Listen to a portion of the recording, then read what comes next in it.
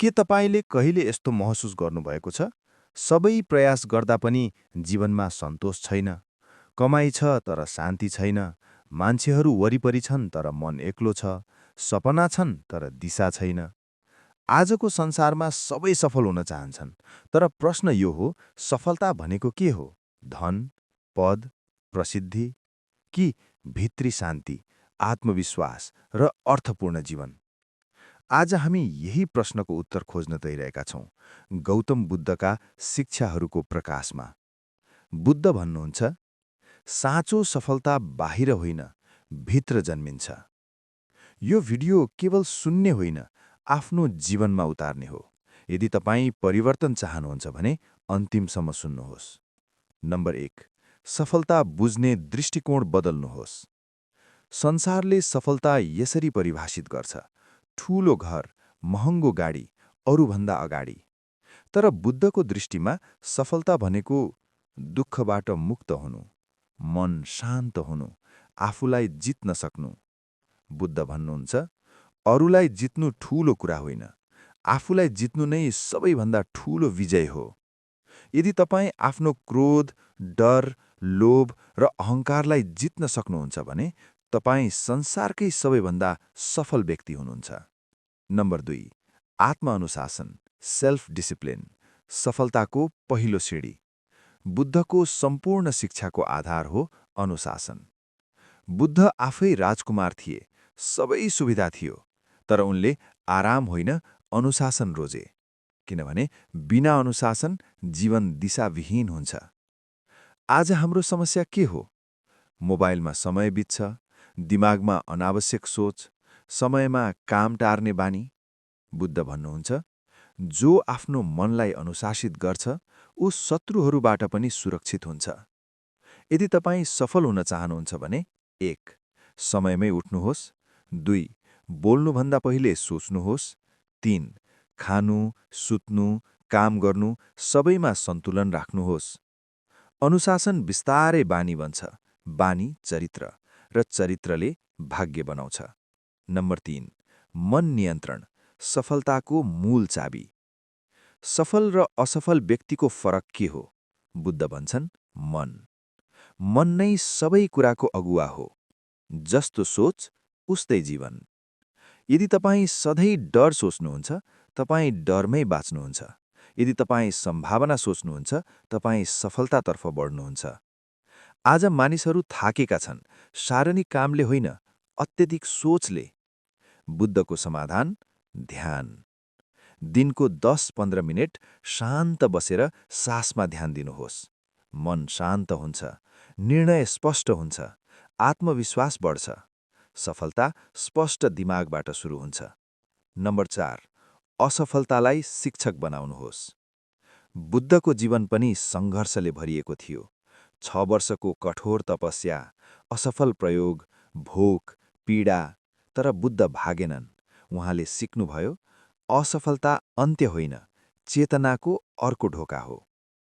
आज तपाईँ असफल हुनुभयो, परीक्षामा, व्यवसायमा, सम्बन्धमा। अदेखि आत्मदया नगर्नुहोस्। दोष अरूलाई नदिनुहोस्। आफूलाई सोध्नुहोस्, मैले के सिकेँ?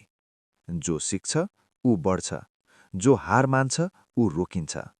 नम्बर 5, आसक्ति छोड्न सिक्नुहोस्। मानिस असफल किन हुन्छ? किनभने उहाँ धेरै कुरामा टाँसिन्छ। नतिजामा, मानिसको विचारमा, पुरानो पीडामा। बुद्ध भन्नुहुन्छ, आसक्ति नै दुःखको जड हो। सफल बन्न चाहनुहुन्छ भने 1, प्रयासमा आसक्त हुनुहोस्, परिणाममा होइन। काम इमान्दारीका साथ गर्नुहोस्, फल छोडिदिनुहोस्। जब डर हट्छ, मन हलुका हुन्छ, हलुका मन नै तेज हुन्छ। नम्बर 6, सही कर्म, कर्मले नै भविष्य बनाउँछ। बुद्धको अष्टाङ्गिक मार्ग भन्छ, सही कर्म, सही जीविका। सफलता सर्टकटबाट आउँदैन। धोका, छल, बेइमानीले आएको सफलता छिट्टै ढल्छ। बुद्ध भन्नुहुन्छ, जसरी छाया शरीरलाई छोड्दैन, त्यसरी नै कर्म फललाई छोड्दैन। आज तपाईँ जे गर्दै हुनुहुन्छ, त्यही तपाईँको भोलि हो। सानो काम होस् या ठूलो, इमान्दारी राख्नुहोस्। त्यही नै दीर्घकालीन सफलता हो।